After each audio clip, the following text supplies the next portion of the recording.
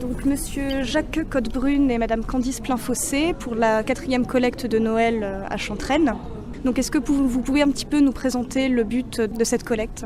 Donc la collecte de Noël à Cherbourg, c'est tout simplement essayer de mobiliser le maximum de monde avant les fêtes, parce que pendant les fêtes de fin d'année, les donneurs sont moins disponibles, donc on a moins d'opportunités de collecter des dons. Donc il s'agit pour nous d'augmenter les réserves de produits sanguins au maximum avant le 20 décembre. Voilà pourquoi on organise cette collecte en plein centre de Cherbourg, sachant que justement, traditionnellement, c'est au complexe sportif Chantraine. Voilà, on change de lieu pour l'occasion. Oui, parce que il y a eu la période de novembre qui a été un peu négative aussi avec les ponts, et donc tout de suite les stocks sont un petit peu limites, donc c'est pour, comme l'a dit Candice, sachant qu'il faut 500 poches en Normandie par jour pour avoir nos stocks, et donc on est là pour relancer, mobiliser et puis profiter des fêtes de fin d'année. C'est un don, c'est un cadeau qui peut être fait gracieusement et qui peut sauver des vies. Il faut savoir qu'au niveau des réserves de produits sanguins, notre objectif est d'avoir un stock de produits sanguins à 14 jours. Et là, aujourd'hui, on est à 12 jours et demi. L'idée, c'est de faire grossir les réserves de produits sanguins pour arriver à 14 jours, histoire de pouvoir amortir, entre guillemets, les baisses mathématiques qu'on va avoir au niveau des fêtes, puisque très concrètement, le 25 décembre, on ne peut pas collecter. Le 1er janvier, on ne peut pas collecter. Comme le disait Jacques, on doit collecter 500 dons par jour. Ça veut dire déjà qu'il y a 1000 dons que nous ne pourrons pas collecter à cause des 2 jours fériés. Et il faut savoir qu'aujourd'hui, qui a besoin d'être transfusé ? Ce sont pour moitié les pathologies cancéreuses.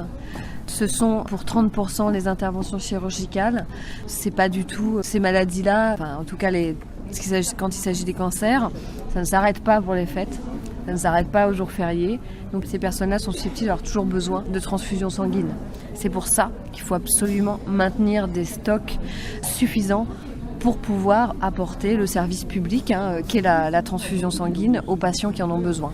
Peut-être rappeler les conditions pratiques un petit peu pour donner. En effet, il faut avoir 18 ans, donc jeune mais pas trop. 18 ans pour donner, se munir de sa pièce d'identité, se sentir en bon état général, sachant que de toute façon, avant chaque prélèvement, lorsqu'on vient donner, on rencontre un médecin qui va poser des questions pour déterminer si le donneur peut donner. Plus de 50 kilos. Plus de 50 kilos. Donc je vois cette année que vous avez réussi à avoir le Père Noël. C'est une exclusivité mondiale, j'imagine. Tout à fait, le Père Noël est un donneur de sang. Ça, je pense qu'on ne le sait pas assez et donc c'est important de le préciser, de le repréciser pour tous les auditeurs. C'est un donneur de sang, donc il a vraiment mis entre parenthèses, après c'est quelqu'un d'extrêmement organisé, donc je veux dire, il s'est pas pris à la dernière minute pour fabriquer des cadeaux. Donc il s'est vraiment organisé pour être présent à Cherbourg, pour offrir des petits chocolats aux enfants s'il y en a, et puis pour discuter avec tout le monde et pour réaffirmer aussi que le don de sang, c'est un cadeau parmi d'autres.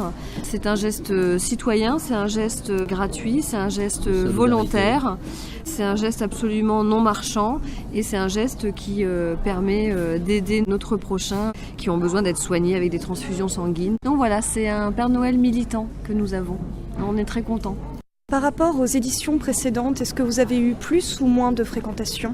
On le verra à la fin de la journée. Pour l'instant, on a eu du monde ce matin, là ça a l'air un peu calme, mais bon, on tirera le bilan comme nous sommes ouverts jusqu'à 19h. Voilà, il suffit qu'on ait une affluence tantôt. On espère 150 personnes aujourd'hui. Là, on en a accueilli une cinquantaine, donc voilà. Tantôt, cet après-midi, on va faire la prospection en ville, distribuer des flyers et tout. On va avoir des hommes sandwich ou des femmes, comme vous le voyez là-bas, qui vont essayer de faire la promotion. C'est toujours, c'est notre but, nous, l'association, c'est promotion du sang pour revenir en aide à l'EFS, qui est la partie technique et la partie administrative du sang. Voilà. Lors de collectes que vous organisez comme ça, est-ce que vous avez régulièrement de nouveaux donneurs qui arrivent ? Oui, on essaye. Alors en effet, pour chaque collecte que l'on organise, d'abord on va inviter les donneurs qui se sont déjà présentés. Donc on envoie un courrier, un carton d'invitation pour que les donneurs se mobilisent. Mais également, par l'action de l'association pour le don de sang bénévole, on va essayer aussi de convertir, de faire venir au don des personnes qui n'ont jamais donné.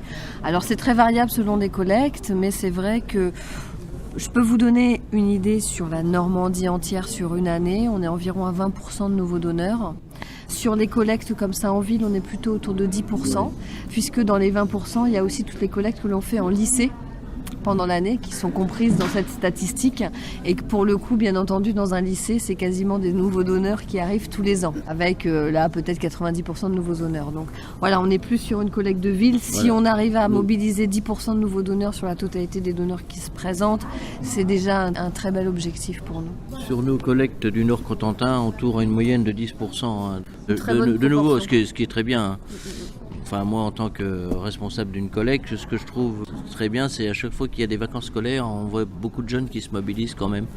C'est là qu'on fait les meilleures collectes, quand il y a des vacances scolaires. Les jeunes viennent. Bien donner sur leur collecte de communes. Voilà, ouais. Ça c'est très bien. Tout à fait. Pouvez-vous nous dire quelques mots sur le personnel que vous avez mobilisé pour cette collecte ? Au niveau de l'établissement français du sang, donc, nous avons 2 secrétaires d'accueil administratives qui vont permettre d'ouvrir le dossier du donneur. Ensuite, nous avons 3 médecins qui donc réalisent l'entretien pré-don. Et puis nous avons 5 infirmières qui s'occupent du prélèvement des donneurs. Voilà. Pour les bénévoles, pas mal de Pour les monde bénévoles, aussi. Nous, on était un peu plus nombreux ce matin parce qu'on vient 2 heures avant l'installation de la salle. Donc il y a des gens qui viennent que pour le montage et le démontage, mais autrement sur site pendant la journée, on est 7-8 personnes pour donner un coup de main à la collation. Voilà, cette année on a fait faire de la soupe par l'association, on a des pizzas, donc les gens, accueillir les gens comme il faut. On a fait faire des petits paquets de chocolat pour, voilà, il faut que ça reste aussi festif. Donc c'est bon, on arrive à mobiliser les gens de l'association pour être assez nombreux pour travailler pour cet événement. Quels sont les groupes sanguins que vous recherchez le plus ? On recherche tous les groupes puisque la population des malades est à l'image de la population, on va dire générale, et de la population des donneurs. Donc il y a des malades de tout groupe et on essaye avant tout de transfuser le même groupe sanguin. Néanmoins, en effet, on a des donneurs dits de l'urgence, qui sont les résus négatifs et particulièrement les O négatifs. Mais voilà, ce ne sont pas les seuls groupes que l'on recherche, et ce serait même impossible puisqu'ils ne représentent qu'une petite proportion de la population. Donc tous les groupes sont utiles, avec quand même des O négatifs qui sont des donneurs de l'urgence. Que se passe-t-il en cas de pénurie de sang ? Alors, aujourd'hui, il n'y a pas de pénurie puisque, comme je vous l'ai expliqué, on gère un stock. Donc, on ne laisse pas le stock se tarir. Donc, je vous l'ai dit, aujourd'hui, on est à 12 jours. Donc, on relance pas mal les donneurs de notre fichier. On essaie de faire des collectes assez importantes dans les centres-villes et de faire passer le mot. L'idée, c'est de ne pas laisser chuter les stocks. Deuxième élément aussi, il existe une solidarité nationale au niveau de l'établissement français du sang. Donc, quand il y a certaines régions qui sont particulièrement en difficulté dans leur stock, bien entendu, il y a une régulation nationale qui fait que d'autres régions qui sont un peu plus à l'aise, qui ont des stocks un peu plus confortables, vont aider. Il y a 2 axes qui font qu'aujourd'hui en France, il n'y a pas de pénurie de sang. D'abord, il n'y a pas de pénurie, et puis d'abord, il ne faut pas faire de l'alarmisme. Si on fait de l'alarmisme, on va avoir plein de gens, c'est sûr qu'on va avoir du monde qui va venir donner son sang. Mais comme on vous a expliqué tout à l'heure, il y a une durée de vie des poches de sang. Donc si c'est pour en perdre après, c'est pas la peine. Nous, notre but, c'est toujours essayer de maintenir notre niveau de... C'était pas de collecter trop non plus, bien voilà, entendu. Faut toujours maintenir. Chaque don est utile, donc dans les proportions dont les malades ont besoin. Donc ça veut dire qu'aujourd'hui, en Normandie, on doit collecter 500 dons par jour. En France, on doit collecter 10 000 dons par jour. L'objectif n'est pas de collecter le triple, non. L'objectif, c'est de collecter ça. Par contre, il faut qu'on collecte cette quantité-là tous les jours, toute l'année. Pourquoi tous les jours ? Pourquoi toute l'année ? Parce que la durée de vie des produits sanguins est limitée et donc il faut systématiquement renouveler le stock. Un concentré de globules rouges, il dure 42 jours. Donc en fait, on ne peut pas le mettre au frigo et puis, le garder ad vitam aeternam et du coup accumuler du stock. Non, notre stock, ce sont des produits qu'on dit labiles, donc ce sont des produits qui ont une durée de vie assez limitée et c'est pour ça qu'il est absolument nécessaire de renouveler tout le temps ces stocks. Quand sont organisées les prochaines collectes ?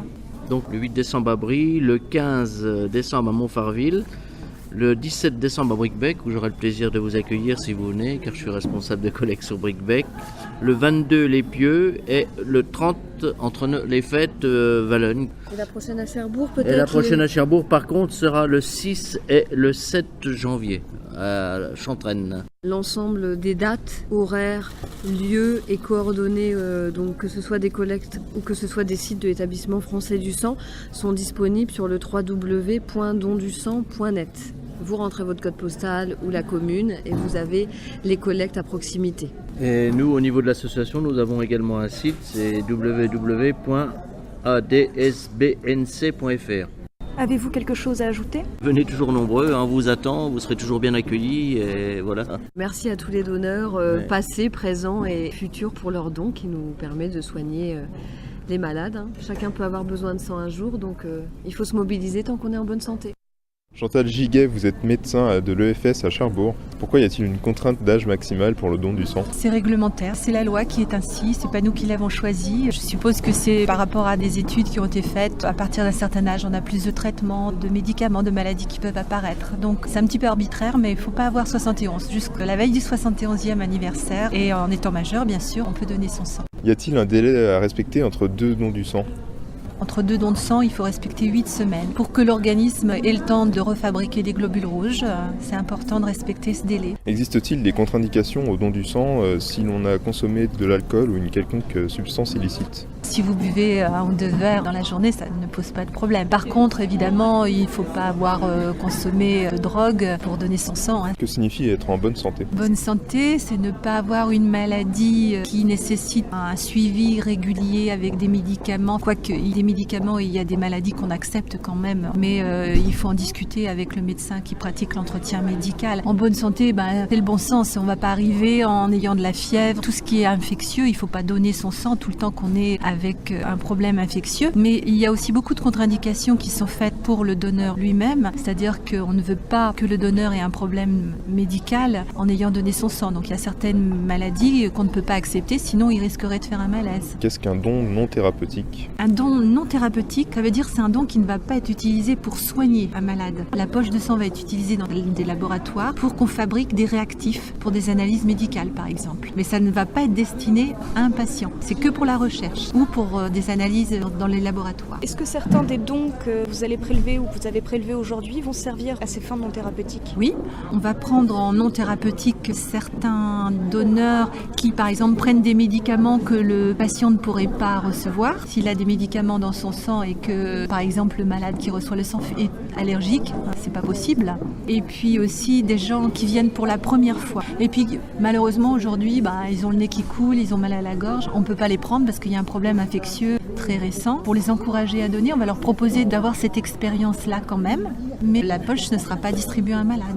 Mais ils auront donné leur sang et ils verront comment ça se passe. Est-ce qu'il y a des découvertes dans la médecine qui peuvent remplacer le don du sang ? Alors on a entendu depuis peut-être 2-3 ans qu'on était capable en laboratoire de fabriquer des globules rouges. Ça n'est pas encore au stade de la commercialisation. Ça reste encore très ponctuel ce don-là. Et donc il faut attendre encore quelques années pour qu'on puisse fabriquer des globules rouges. Mais les globules rouges, c'est qu'une toute petite partie du sang. Il y a bien d'autres cellules qui, elles, ne sont pas encore à l'état de construction dans des laboratoires. Donc actuellement, rien ne remplace une poche de sang. Quelles sont les pathologies qui sont traitées par transfusion sanguine ? On transfuse les gens qui ont bien souvent des leucémies, mais aussi d'autres cancers. Puisque quand malheureusement on a un cancer, on va avoir une chimiothérapie. Ce sont des médicaments qui sont agressifs pour toutes les cellules. Et bien souvent, on est obligé d'apporter en complément des globules rouges ou des plaquettes parce qu'elles ont été détruites en même temps par le traitement.